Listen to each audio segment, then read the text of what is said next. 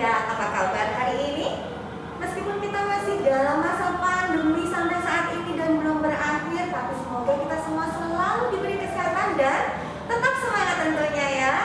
Oke, bertemu lagi dengan saya Prisni tentunya di program kesayangan kita semua. Apalagi kalau bukan di Prognosa, program ngobrol santai bersama Rumah Sakit Panti Waluyo, Surakarta. Nah, di samping saya ya pagi ini sudah hadir seorang narasumber yang luar biasa dan tentunya sudah tidak asing lagi di mata para bunda-bunda calon ibu ini ya. Ya, beliau adalah salah seorang dokter spesialis OB-GYN kandungan dan kebidanan di Rumah Sakit Panti Waluyo. Saya perkenalkan untuk sobat sehat semua, beliau adalah Dr. Hendratmo Triwibowo, SPOG. Selamat pagi dokter. Selamat pagi. Ya, apa kabar hari ini? Baik dok, luar biasa ya dok. Oke, iya. Kalau narasumbernya adalah dokter spesialis OB-GYN, sudah bisa dibayangin kan ya? Pagi ini kita mau ngobrolin tentang apa? Tentunya seputar kandungan. Oke. Nah, buat sobat sehat semua yang memerlukan konsultasi masalah kandungan dan kebidanan dengan Dr. Hendratmo. Dr. Hendratmo ini praktek di Rumah Sakit Panti Waluyo setiap hari Senin sampai Sabtu jam 8.30 sampai jam 13. Ya, dok ya? Iya. Jangan sungkan-sungkan untuk datang ke Rumah Sakit Panti Waluyo dan mengkonsultasikan kehamilan bunda-bunda semua ya.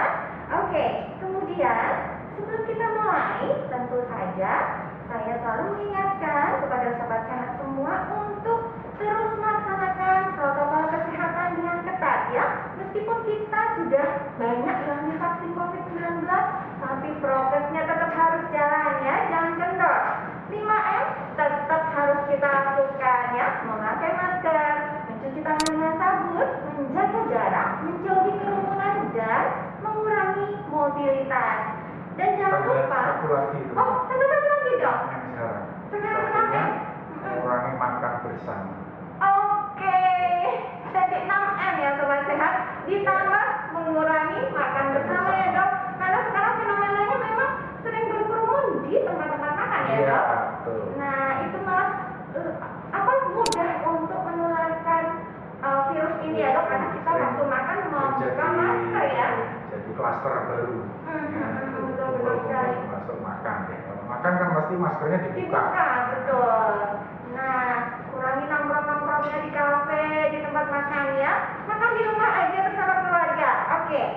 Ya. Dan jangan lupa bawa Panti Waluyo aman ya. Jangan khawatir untuk datang ke Rumah Sakit Panti Waluyo dan untuk memeriksakan kesehatan Bapak Ibu, terutama buat bunda-bunda calon ibu, untuk memeriksakan kehamilannya di Rumah Sakit Panti Waluyo karena Panti Waluyo aman ya. Semua tenaga kesehatan kami sudah divaksin COVID-19 dan kami selalu melaksanakan protokol kesehatan dengan ketat tentunya. Dan buat sobat sehat yang mungkin memerlukan konsultasi kesehatan tetapi belum sempat untuk bisa datang ke Panti Waluyo, mungkin karena jauh atau kesibukannya tidak bisa ditinggalkan, bisa melalui telemedicine. Dokter juga bisa ya dok telemedicine? Ada beberapa yang telemedicine. Oke. Untuk kandungan dan kebidanan juga bisa melalui telemedicine. Silakan reservasi dulu melalui telepon 0271 712 077 atau WA atau Telegram di 0815 671 7076. Nah, nanti Dr. Hendratmo akan melayani konsultasi lewat telemedicine. Enggak perlu datang ke Panti Waluyo juga enggak apa-apa ya. Oke. Apa sih yang mau kita omongin pagi ini?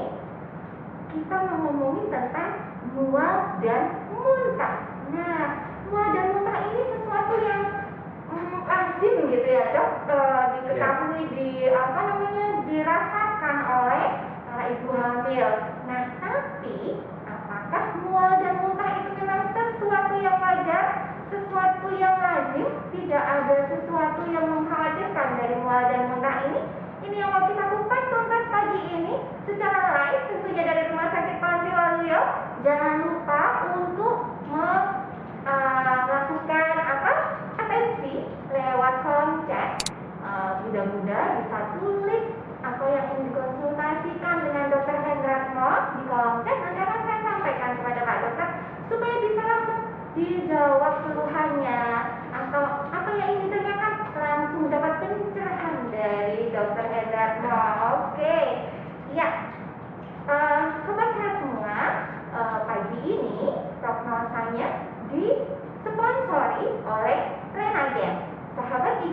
di masa kehamilan.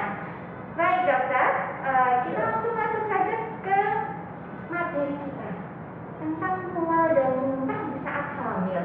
Apa bahayanya? Nah, sebenarnya mual dan muntah itu apakah sesuatu yang wajar, sesuatu yang lazim? Memang ibu hamil itu ya harus kayak gitu sudah dari sejak zaman nenek moyang gitu. Apakah begitu dokter? Ya, sebelumnya saya kasih pengantar dulu ya.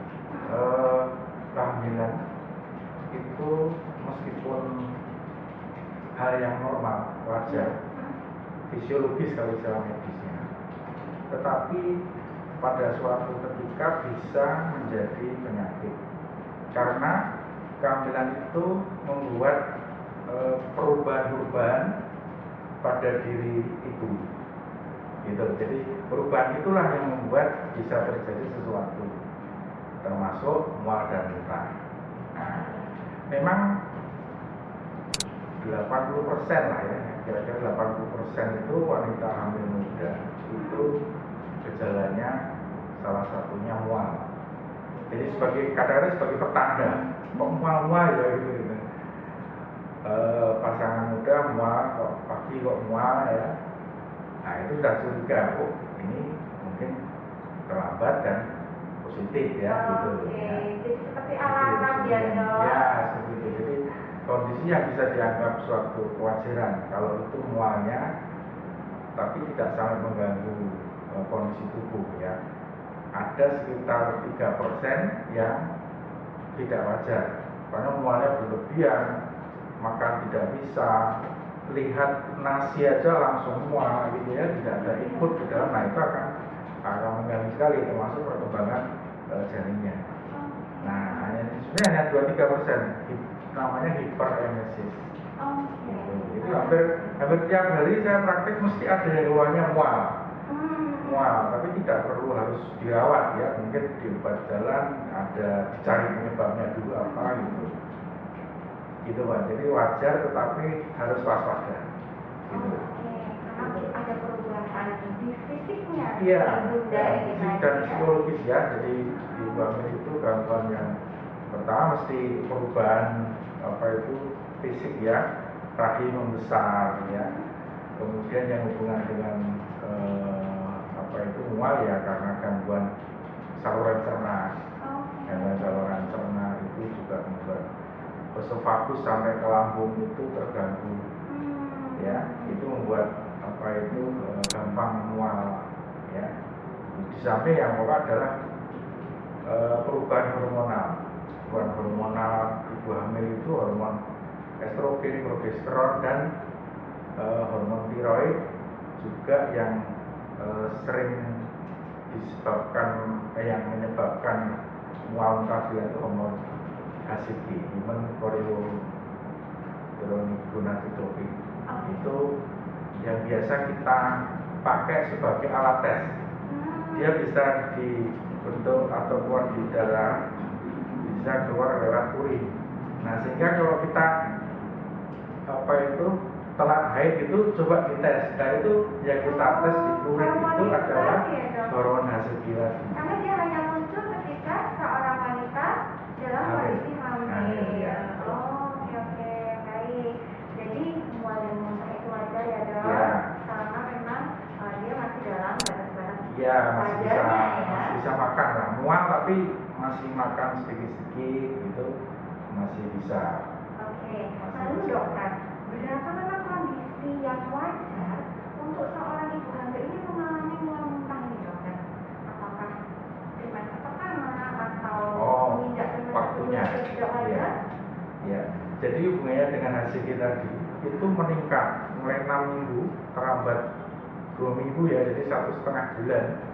Itu 6 minggu itu dia mulai meningkat sampai 10-12 minggu. Nah saat itulah mual-mualnya. Jadi trimester pertama. Berarti bulan ketiga ya dok? Ya setelah 3-4 itu biasanya berkurang. Karena hormon HCG-nya juga mulai menurun. Gitu. Seharusnya normalnya begitu ya dok? Iya. Jadi lebih intens mual muntahnya itu di pada trimester pertama itu ya dok. Seharusnya di bulan keempat sudah mulai menurun. Oke, baik. nafsu makan sudah mulai timbul. Ya.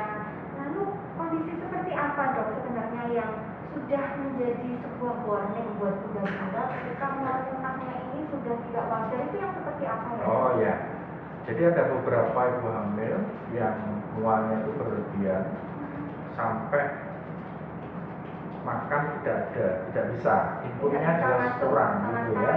1 hari masih tahan, 2 hari masih tahan. Ketika dia sudah ada gangguan ya lemes, pusing, berputar gitu. Nah itu inputnya kurang, itu harus segera cari penyebabnya, periksa gitu.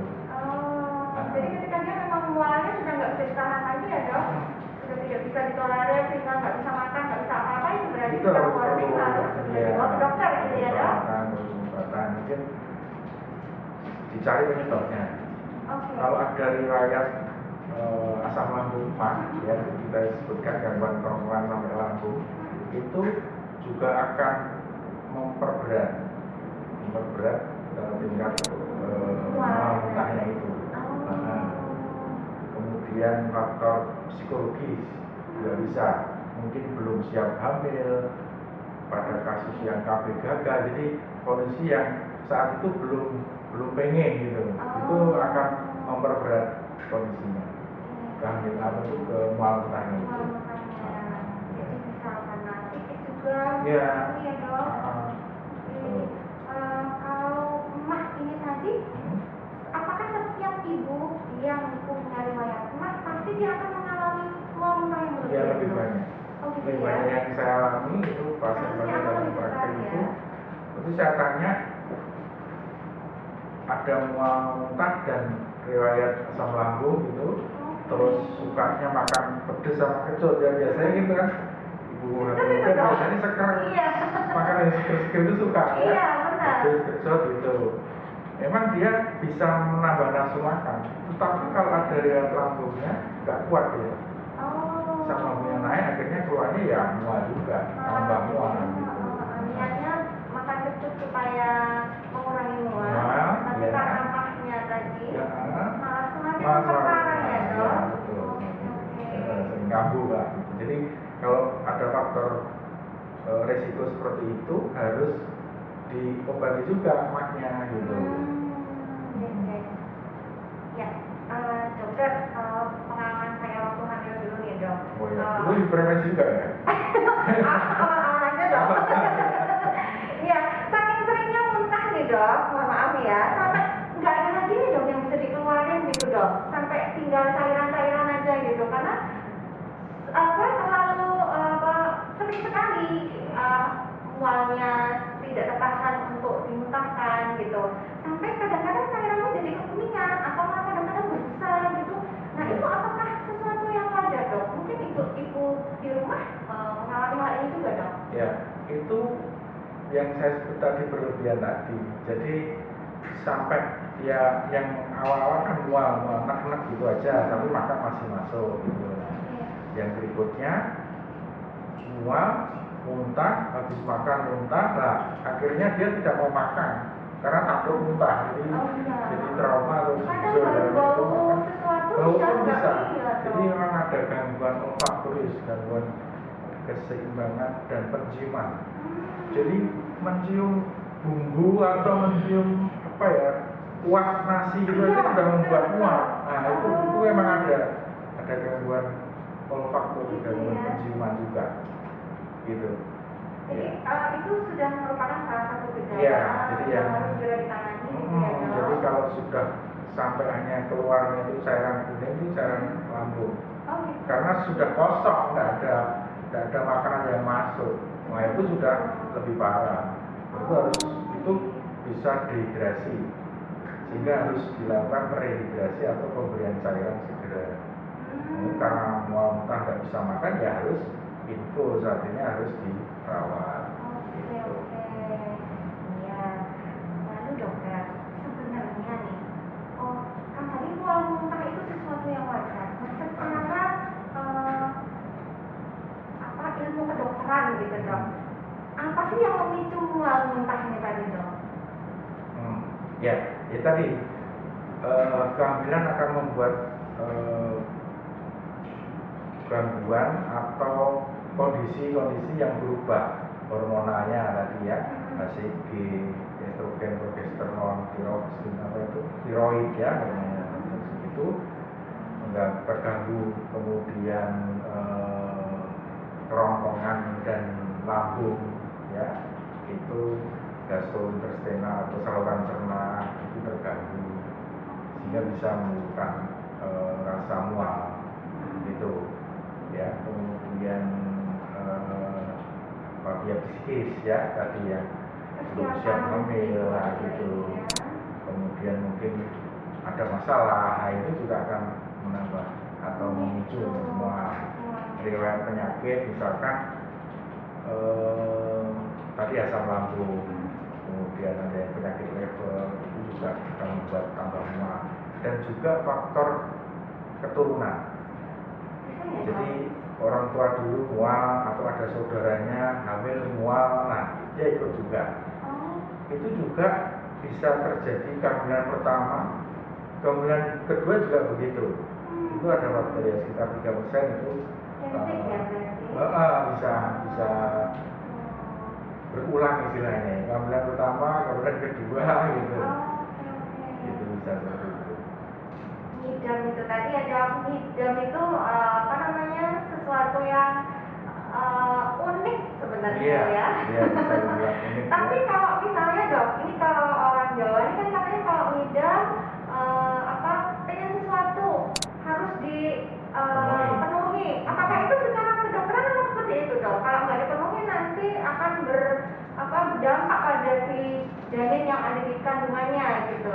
Ya sebenarnya enggak ya dok? Ada faktor psikis aja, mungkin keinginan itu sebelum hamil itu dia suka itu, pengen itu gitu. Belum terus sampai itu terus waktu hamil akhirnya keinginan itu bertambah, dan biasanya itu para suami atau keluarga itu cepat mengizinkan atau mengiyakan. Jadi segera itu mengiyakan gitu bisa aja. Tapi tadi yang pemicu mual entah itu kalau punya asam lambung ya berarti pedes sama kecut tidak boleh. Ya. Nah justru asamnya harus dijauhin ya. Kalau itu membuat yang mau dicoba pertama, kok begitu mual ya berarti emang tidak kuat ya. Oke, jadi hidang yang harus dipenuhi itu tadi sebenarnya lebih kepada psikisnya si bunda ya dok. Iya. Baik. Sobat Sehat, kalau ada yang mau berkonsultasi dengan Dr. Hendratno, silahkan menuliskan di kolom chat ya, nanti akan saya sampaikan. Oke, ini ada pertanyaan dari Ibu Arinda Widinia. Dokter, kalau enggak mual ataupun muntah waktu awal kehamilan, apakah itu normal dokter? Nah, ini karena enggak ada gejala mual muntah. Oh gitu. Baik-baik saja gitu semuanya dok. Ada yang beberapa begitu. Ada ya dok? Tadi memang 80% itu mengalami mual. Tapi yang sampai dirawat itu kira-kira ya cuma mungkin 3% sampai 5% aja. Gitu. Jadi kondisi perubahan hormonal itu pasti terjadi. Jadi keadaan mual itu wajar. Gitu. Tetapi ada yang dengan kenaikan hormonal tadi, perubahan hormonal tadi, yang dia tahan tidak mual, ada juga, dan itu juga wajar. Jadi bukan sebaliknya, wajar sebaliknya tidak wajar, itu enggak, itu semua normal saja. Itu yang hiper yang berlebih itulah itu yang tidak normal. Ya. Jadi kalau orang Jawa tuh katanya hamilnya ngebu gitu ya. Ya, ada juga tahu, maka ada istilah itu ngebu itu. Lebih baik ngebu daripada muntah-muntah. Tapi badannya terus melak ya. Terus payu. Yang penting lebih buat ya dok. Oke. Ya, kemudian ada lagi nih pertanyaan dari kedainya Mbok D, dokter. Apakah benar mual muntah saat hamil adalah pertanda janinnya kuat? Nah, apakah betul dok? Tidak ada hubungannya seperti itu. Mitos ini ya dok? Iya, saja. Jadi kalau mual muntah itu hal yang wajar tadi. Jadi kondisi apapun, janinnya nanti sehat atau kuat itu tidak tergantung memang dia mual atau muntah gitu. Tapi kalau yang mual muntah tetap harus diberi terapi atau perawatan sejak awal sudah ada kuat. Karena kalau memang sampai kekurangan cairan ya bisa mengganggu. Nah mungkin ada hubungannya di situ karena mual muntahnya berlebihan, akhirnya perawatan itu dilakukan segala macam cara ya, termasuk dirawat dan sebagainya lewat ibu. Jadi kan tidak ada mualnya ya. Karena makan itu juga muntahnya itu makan itu akan mengganggu saluran cerna tadi, merangsang untuk muntah gitu. Jadi kalau dengan perawatan yang bagus, nah mungkin jadi pertumbuhan janinnya itu stabil dan kuat, malah itu mungkin saja tidak dapat asupan yang cukup itu gitu. Tadi ya. Iya, jadi sebetulnya kalau asupannya itu cukup, baik itu mual tapi asupannya cukup, itu juga tidak akan mengganggu janinnya. Itu jadi janinnya tetap kuat gitu. Kuat ya. Iya. Iya, oke, baik. Nah dokter, pertanyaan selanjutnya, sebenarnya ketika seorang ibu itu mual dan muntah, janin yang ada di kandungan itu apa kabar gitu dok? Apakah mereka juga ikut merasakan apa yang dirasakan ibunya, atau ya enggak, supaya dia baik-baik saja di dalam kandungan karena memang baru seperti itu? Ya. Kalau dikatakan mengganggu, yang perlu harus dirawat itu tadi, mual muntahnya berlebihan, tidak bisa masuk makan, melihat makanan aja muntah. Nah itu secara otomatis kondisi ibunya kan turun ya, kekuatannya, pertumbuhannya dia juga kehamilan juga terganggu. Termasuk kalau ibunya aja terganggu, bayi juga ikut terganggu. Tapi selama inputnya itu ada cukup gitu, bayi tidak akan terganggu. Gitu. Ya kondisinya bundanya memang baru ada perubahan Iya, tadi ya dok. Betul. Kadang-kadang malah menerima kondisinya.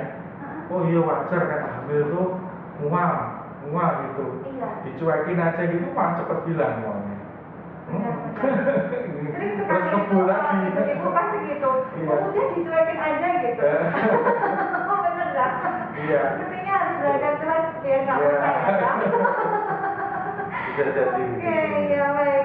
Lalu dokter, kalau yang tadi mual-muntah yang berlebihan tadi hiperemesis ya dok, apakah itu nanti akan membawa dampak pada janin sehingga mungkin berpengaruh pada tumbuh kembangnya, atau mungkin ada bayi yang masih tidak normal atau bagaimana dok? Ada nggak efeknya? Iya, tetap ada, tumbuh kembangnya pasti akan terpengaruh kalau sampai ya hiperemesis itu ada grade 1, 2, 3 ya. Yang jadi kalau yang mual muntah itu biasa ya, ringan, sedang, berat gitu. Kalau yang berat sudah jadi hiperemesis tadi. Hiperemesis masih ada grade-nya 1, 2, 3. Yang satu biasanya itu sudah terjadi dehidrasi, kulitnya mata mulai cowok gitu. Yang grade 2 itu sudah apatis ya, kemudian mulai kuning ya, suhu mulai meningkat. Gitu ya. Kalau yang grade 3 yang paling parah itu sudah gangguan yang disebut gangguan Wernicke, itu muter bukan kayak vertigo, itu double pandangan diplopia kayak gitu, itu sudah gangguan saraf ya. Itu kondisinya sudah paling berat gitu, mungkin kesadarannya sudah bisa mulai menurun gitu. Jadi kalau di bangun dari dia karena lemesnya, dia lemah sekali, tiduran kayak tidur terus gitu, tidak muntah malah, tapi tidur terus lemes jalan itu. Habis itu dibangunkan ya noleh sedikit, tidur lagi. Nah itu sudah parah, itu harus segera perawatan. Gitu.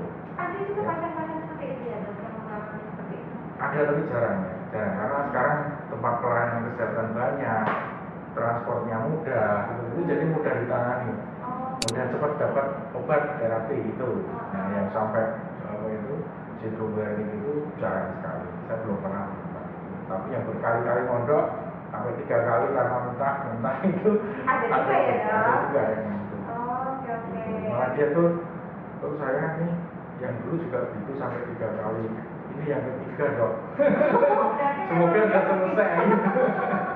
Memang anu ya, Dok, bawaannya memang begitu berarti ya? Iya, bisa jadi tapi ya ini kondisi juga ya. Oke, Ya, baik. faktor genetik tadi. Faktor genetik ya, Dok. Iya. Oke, kemudian dokter, gimana caranya, tipsnya supaya seorang ibu hamil itu tidak terlalu mengalami mual muntah yang berlebihan, Dok? Mungkin ada hal-hal yang harus dihindari atau apa yang harus sebaiknya dilakukan gitu, Dok? Ya, jadi perubahan-perubahan itu tadi akan bisa dikurangi dengan melihat kondisinya, penyebabnya atau faktor risikonya. Misalkan dia punya MAH, ya berarti apa itu ada tambahan obat MAH-nya, kemudian menghindari pemicunya ya, asam sama pedas-pedas, kemudian makan porsinya kecil tapi sering gitu, tidak perlu harus makan yang enak, yang bergizi gitu, tapi akhirnya malah muntah percuma. Apa saja yang boleh, mungkin kalau nasi nggak bisa ya roti, telur, jagung itu nggak apa-apa, karbohidratnya lebih banyak, itu mengurangi apa itu bisa menambah energinya gitu. Kemudian yang dihindari itu yang berlemak, gorengan kayak itu merangsang mual. Oh, justru itu merangsang mual iya, ya? itu merangsang mual. Oke. Kalau makan gula nggak apa-apa ya, Dok? Nggak ada pengaruhnya? Kalau manis itu jangan terlalu manis. Kalau manis juga enak juga. Jangan terlalu manis. Ya. Bisa dicoba. Jadi maksud saya gini, apa saja yang bisa masuk, misalkan di memori ya, putih bisa, yang ada gulanya enggak bisa, ya sudah jangan minum yang manis gitu. Atau sebaliknya putih itu rasanya pahit malahan gitu ya, itu perlu mungkin ditambah yang lain gitu. Ya. Harus mengenali diri. Dirinya yang bisa apa saja dulu lah, jangan pilih-pilih harus ini. Percuma kalau balik kita juga. Yang penting tetap bisa makan dulu. Ya, cairan dan makan porsi kecil, tapi lebih sering. Baik. Dokter, ada pertanyaan lagi dari HUBSTH_SPC. Aduh, saya nggak bisa baca. Baik, mual muntah saat hamil itu hanya di pagi hari saja atau bisa sepanjang hari, dokter? Oh ya, jadi memang kalau bisa terjadi pagi hari, tetapi sepanjang hari pun bisa. Ya, yang bisa dikenal morning sickness ya, gitu. Tapi bisa saja sewaktu-waktu dia mual, atau kalau masuk kerja itu tidak mual, tapi setelah pulang malah mual itu ada juga. Jadi sore itu malah mualnya, dong, pagi itu enggak. Mungkin keselimur bisa aja. Keselimur sama pekerjaan. Jadi kalau masih bisa aktivitas kerja ringan boleh. Jadi bukan malah tiduran terus, itu enggak ya. Aktivitas bisa kuat, silakan, enggak apa-apa. Terus itu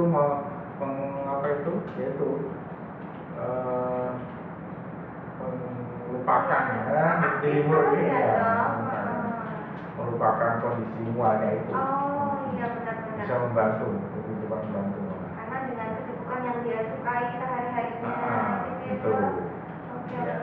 Di rumah lah baru istirahat gitu malah merasa mualnya. Kita juga seperti itu, jadi bisa sepanjang waktu.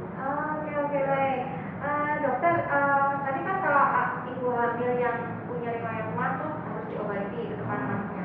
Nah, kalau misalnya mungkin tidak ada riwayat mual, Dok, tetapi mual muntah terus gitu, apakah dia boleh dong mengkonsumsi obat-obatan untuk mengurangi mualnya?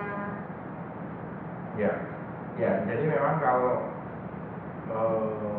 mual muntahnya tidak bisa ditahan, kemudian ya memang harus dirawat, diobati, kasih obat dulu, coba obat anti muntah, banyak ada beberapa jenis anti muntah, sambil cari penyebabnya dulu. Penyebab mah ya mahnya juga diobati. Kalau ada itu mungkin faktor psikis, ya itu diperbaiki atau dikonsultasikan ya. Ya, jadi minum obat anti muntah kira-kira kalau berlebihan begitu obat habis muntah lagi gitu, ya bisa aja minum sampai ya nanti 3 bulan dia akan berkurang. Oke, jadi aman ya? Aman. Asal dengan ya, dokter kondisi. mungkin Ya betul. Oke. Gitu. Baik, dokter ada pertanyaan lagi dari Ibu Maria Magdalena Widya. Ibu penderita MAH bisa meningkatkan mual di trimester pertama atau di selama kehamilan? Nah, ini yang bagus, pertanyaan bagus ya. Kalau trimester pertama itu kondisi yang wajar ya. Nah, kalau ada mahnya itu bisa sampai trimester berikutnya, kedua, ketiga gitu. Tapi biasanya kalau melewati trimester pertama aman, baik, kemudian trimester kedua dia sudah makannya sudah lebih banyak dan lebih sering gitu ya, karena dia juga tahu kondisinya harus makan untuk dua orang gitu. Jadi sering makan itu membuat mahnya nggak kambuh gitu. Tapi mungkin mah lain dipicu kondisi yang lain, misalkan pikiran bisa, terus tadi pas perut kosong makan sambel gitu, nah itu juga bisa. Jadi bisa terjadi semester kedua. Tapi bicara ya. Itu mahnya karena tidak kambuh ya, karena makannya teratur ya, mungkin malah lebih. Mahnya nggak kambuh gitu. Jadi malah ini ya dok, karena mah itu bisa memicu semakin parah karena memang di trimester pertama tidak hanya mahnya, ada perubahan hormonal yang lain sehingga mahnya kambuh dan memperparah.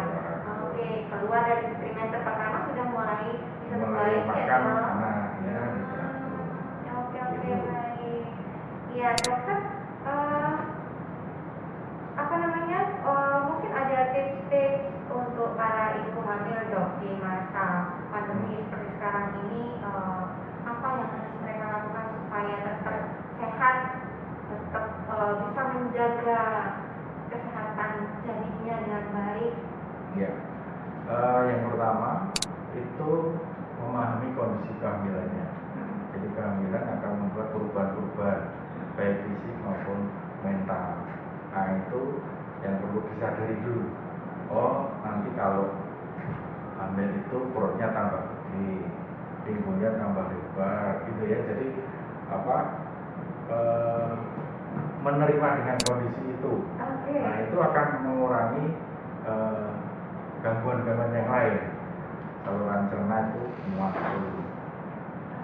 Kalau sudah mungkin dulu KB ternyata gagal, sekarang hamil. Kalau sudah diberkahi hamil lagi ya sudah diterima. Penerimaan itu akan membuat keluhan-keluhan hilang. Ya. Kemudian mencari faktor risiko. Psikis tadi sudah ya. Yang kedua penyakit. Tadi asam lambung. Mereka yang sering mengganggu sekali itu asam lambung. Juga cari faktor risikonya itu, diperbaiki atau dikonsultasikan dengan OB sendiri atau dengan penyakit dalam nanti misalkan. Kemudian menghindari makanan yang memang harus dipantang.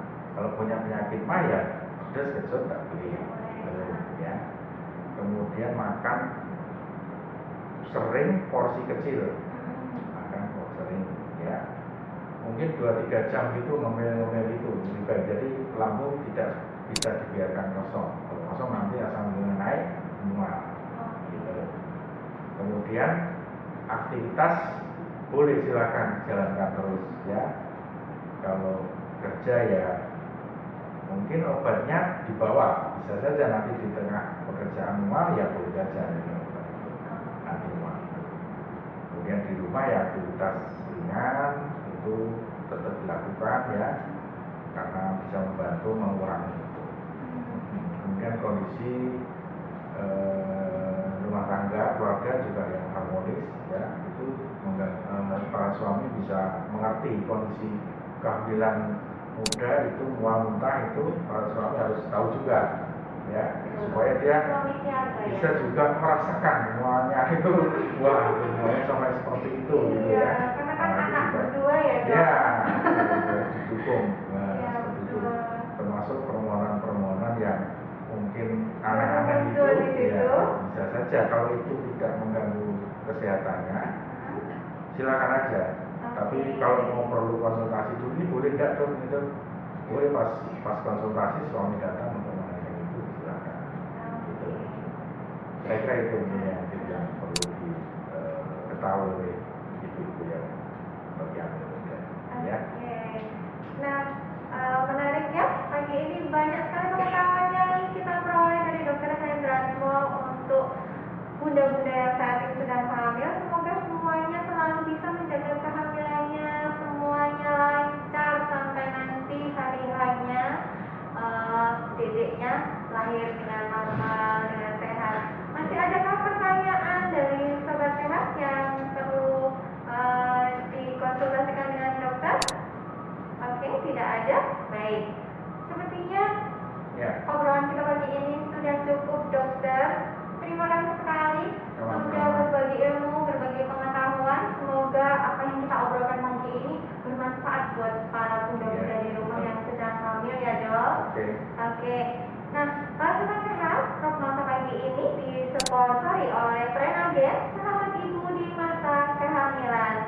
Semoga bunda-bunda semuanya sehat selalu, dan di masa pandemi ini, jangan kemana-mana dulu ya bunda, kasihan dedek bayinya di rumah aja, makan di rumah ya dokter. Iya, oke, baik. Apabila di dalam kami melaksanakan program ini ada salah kata, kami mohon maaf yang sebesar-besarnya, dan kami ingatkan untuk sobat-sobat semua yang mungkin tertinggal acara ini dan ingin mengulangi lagi tadi obrolan kita, bisa dilihat kembali, diputar kembali di IG Rumah Sakit Pantiwaluyo @rspantiwaluyo_Surakarta, atau juga bisa kunjungi channel YouTube kami di RS Pantiwaluyo ya. Jangan lupa di like, share, subscribe, dan bunyikan lonceng notifikasinya ya, supaya nanti kalau